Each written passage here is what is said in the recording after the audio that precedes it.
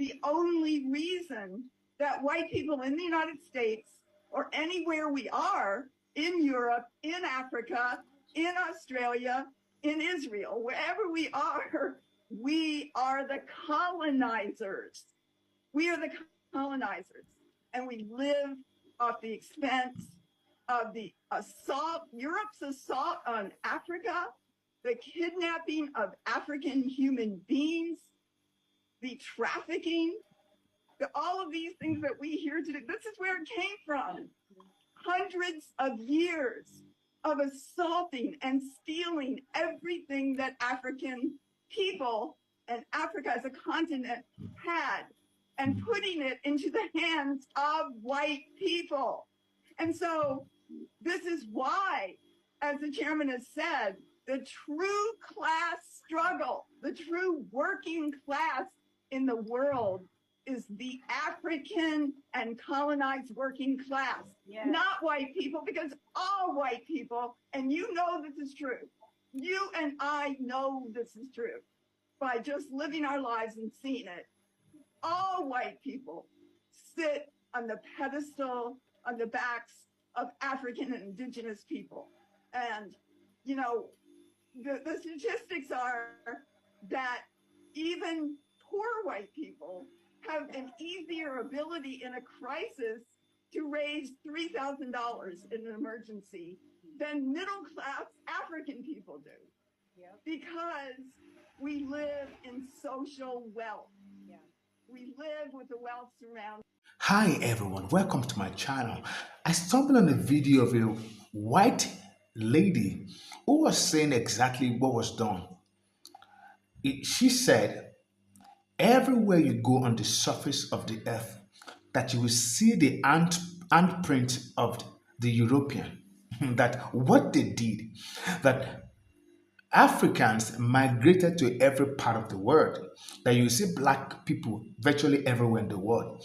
But immediately Europe, the power that be then came into the scene, they began to treat everybody in an awkward way. And she said they are the real problem of the world. And you know what is amazing about this story is the fact that it is coming from a white woman who was speaking the truth to power, was saying it without mincing any word. And she was just saying the truth that was hidden. She said, until that is addressed and it should be told the way it is, that Europeans should stop sugarcoating and changing the narrative, that they should come clean and tell the world exactly what they did. And if they can seek for amend or find a way to, amend the damage that has been done, that until then, that the world may not actually realize the potential, especially the black folks. So they may not come to full capacity, full potential, to maximize what they've got. These are not my words. Let's go check it out, and I'll be right back. Credit belongs to every creator of videos you see in this episode, and I'll be right back. Don't go nowhere. The problem with white liberals when it comes to the black community is that they don't even realize that they're doing more harm than good. And I firmly and wholeheartedly know to be true that for most of them, it's coming from a loving, compassionate, kind-hearted place, but it's still objectively causing harm. The white liberal sees the black community as a community that needs to be safe. We need to add further protections for the black community. We need to rewrite laws for the black community. We need to hand out government assistance, to keep helping the black community. When all that's doing is keeping them in a self-destructive cycle. Rely on handouts, rely on the government, rely on external help. And I'm sorry, but this is a form of bigotry. It's not your intention, but it's backhanded and it's there. You can't succeed without my help. That's racism. Not one of the messages in the liberal policy for the black community is, you are great on your own, you just need to see it. And that's what conservatives have been trying to say for years and years. You don't need liberals in office or an immense amount of government assistance to be great. You are great. Just get out of your own way. Get out of the influence that makes you feel like you don't have a place in this world outside of your community, outside of drinking or drugs or music. And if this wasn't the truth, then why do we have black doctors, black scientists, black authors, black surgeons, black engineers, black professors, black teachers? Hell, we had a black president who wouldn't have been elected without the white vote. The only thing stopping the black community from being the best it can possibly be is liberal ideology. Instead of passing out standards to the black community, all you do is pass out sympathy. And you excuse destructive choices just so they don't feel excluded from your love. And again, I know it's coming from a good place, but that's not allyship. I know that the black community has an incredibly dark past, but so do most cultures and races. The Jewish community survived a genocide and rebuilt their entire country with some of the smartest people on the planet. The Asian community were thrown in internment camps, millions of them. And they rebuilt, and again, now they're dominating most of our professional world and our universities. There is no reason that the black community cannot do the same. The only thing stopping them is you, the white liberal, convincing them that without your assistance, they can't rebuild like those other communities did. You convince them every single day that they are too weak, too broken, and too damaged and traumatized to do anything on their own. And you don't think that's a form of holding someone back? I know I don't understand your experience. Yes, ma'am. Because I have never had to live it. Come on now. I can sympathize, and I can recognize when things are wrong. We're sisters and brothers here. Talk. For instance, if a black man or woman should never be afraid for their life, for getting pulled over for speeding. Come on now. Come on. But I have never lived in that fear. Come on now. Come on. No black man or woman should ever be reluctant to walk outside for fear of racial profiling. Tell it, sister. Tell it. But I have never been racially profiled. That's right. Come on now. No black man or woman should ever expect to go to jail in their lifetime because of the color of their skin. Come on now. But I have never lived in that expectancy. That's good. And this is why I don't believe in the phrase, I don't see color. That's right. One, to say you don't see color is a lie. We're different. We can all see that. But two, and way more importantly, to deny the differences in our skin is to deny the differences in our privilege. Come on. Yeah. I'm going to say that again because I think it's worth repeating. To deny the differences in our skin is to deny the differences in our privilege. Yeah. And that leads me to my next point. To deny the differences in our color is to promote ignorance. Ignorance is the reason that systemic racism and oppression is allowed to exist in this country. That's good. So why am I here? Why am I up here speaking? Come on now. Tell them, sister. I'm going to talk on about three things.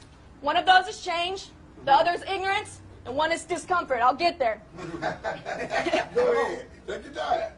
Broadly speaking, why am I here? Because I want change. But let me speak on that for a second. Because I think a lot of people want change. I think a lot of people say they want change, but let me clarify. I think a lot of white people think they want change. Come on. But here's the thing about that. In order for there to be a true and genuine change, for you, for the black community, for people of color, there has to be an equal and requited amount of change for white privilege. That's right. And that is something that white people don't want to think about. They don't want to admit that. White people don't want to acknowledge the head start we have in life just for being born this color. You know what? That is willful ignorance. Put it on front line. Willful ignorance is what allows oppression to continue in this country. Together we stand. That's it. So I'm going to talk on ignorance for a second. I think one of the biggest things that allows ignorance to continue is our education system. There it is, baby. Yes, ma'am. Our education system. Yes, ma'am. And what I mean by that is our education is a white man's education. It is. It is a white man's history. Yes, ma'am. Tell it. Why does that matter? Again, like I said, I can recognize when something is wrong. And that is wrong. Why? Because when you tell that history, the history that excludes black history and black culture and the black experience, you allow white people to think that nothing is wrong. And when that happens, you allow white people to think, well, it was bad back then, but it's not bad now. Hell no. That's right. It's bad now. In fact, some might say it's worse because this is systemic oppression. That's right. This is institutional oppression. This is oppression that is not overt, but it is just as powerful, and we are able to hide it. God Almighty. That's it. If you want to hear all of it, please come out Saturday. We'll be there. Thank you. We appreciate it. But just know the reason I'm here is because I stand by you. I support you. I love each and every one of you out here. We are brothers and sisters to the day we die. And this is not my time to have my voice heard, but I will use my voice for you. I promise. Thank you. Thank you. Okay, so let's talk facts. Racism isn't just about ignorance or hate, right? It's about profit. Because slavery didn't just build cotton empires, it built Wall Street. Black bodies were literally collateral for loans, insurance policies, and investments. So you fast forward to today, and you have a private prison system that still racks in millions for mass incarceration. You got news outlets that boost ratings by pushing fear and division because outrage sells. And let's not forget, redlining real estate, discriminatory insurance, and predatory lending, they didn't just happen. They were built on racism, and they made people rich. See, racism has never been just about feelings. It's been about economics, because if you can dehumanize a group, right, you can exploit them. And if you can exploit them, you can profit. That's how the entire country could claim freedom and opportunity while building in wealth off of people who were denied both. So when folks talk about ending racism, it's not just about being nicer. It means redistributing power, wealth, and access, not to punish, but to repair, to balance the scale that's been tilted for centuries. But here's the catch, because people raised on privilege disguised as normal hear justice and feel like it means laws. They've never had to imagine fairness without their head start. But justice isn't scarcity, y'all. It's stability. Ending racism doesn't take something from you. It builds something with all of us. But to get there, we have to admit what too many are still afraid to say out loud. Racism was never just a glitch in the system. It is the system, and it's wildly profitable. I get this question a lot. Why did slavery take so long to end in the U.S.? I mean, we had 3 major rebellions and none of them worked. Slave owners in America had something nobody else had. 5 million poor white people. That's what W.E.B. Du Bois argued in 1935. He said slavery demanded a special police force. And he wasn't just talking about slave patrols. Poor whites, folks who had nothing in Europe. In America, they labored long hours with little pay and terrible work conditions. These 5 million poor whites created an informal surveillance system. They snitched, kidnapped, and returned slaves. They made sure nobody got out of line. And when slave rebellion started, they came out in even larger numbers. Keep in mind, they didn't own any slaves. They weren't making a real profit, and they probably could have changed their conditions had they teamed up with us and waged a class struggle. But policing blacks was the only thing that made them white. It was the only thing that connected them to the planter class. Du Bois said they were just pleasing their own vanity. So before Ring, ADT, whatever you got, poor whites were the surveillance system for wealthy slave owners. Without the white public's investment in maintaining slavery, we would have tore the whole system down. Now who's responsible for reparations? I'm very sure we've watched all the videos, and now the conversation can begin around what we've watched actually, because I feel that the time has come to begin to call those things, those situations that was done, those things that was done, the way they are. I mean, you can see the young lady that was also speaking about what the white folks did, and she was saying that she is a black person, but she does not support the fact that what our great grandfather did, that it should be called, that it should be mentioned out. And she was trying to sympathize with the black folks, and let me say black and brown folks, because she said she can relate with what they are going through. That, I mean, as a young lady, when she goes out, the opportunities that are available to the black and brown people are very minute compared to what she's exposed to. I mean, she was just saying what she experienced on a daily basis as to what her friends that are black people, what they go through. And she's saying that it has to be called out. I mean, just like a continuation from what that woman said, that white folks should begin to call out every atrocity, every policies, every gimmicks, everything done against the black people that makes them not to have leverage. That's the word, not to have leverage. Because what I would like to know, the leverage that the black person have, you can never compare it with that of the white person because I mean they can the pedestal is different. I mean, I had a story of a lady who said her great grandfather was able to go to school. In his time, he was able to go to school, and the black person were not allowed. Blacks don't go to school. They don't have access to loan. There are some places that they can't even work. If they apply for jobs, it's going to be turned down. And she said her father got this leverage because he was able to apply for loan, and from there he went to school.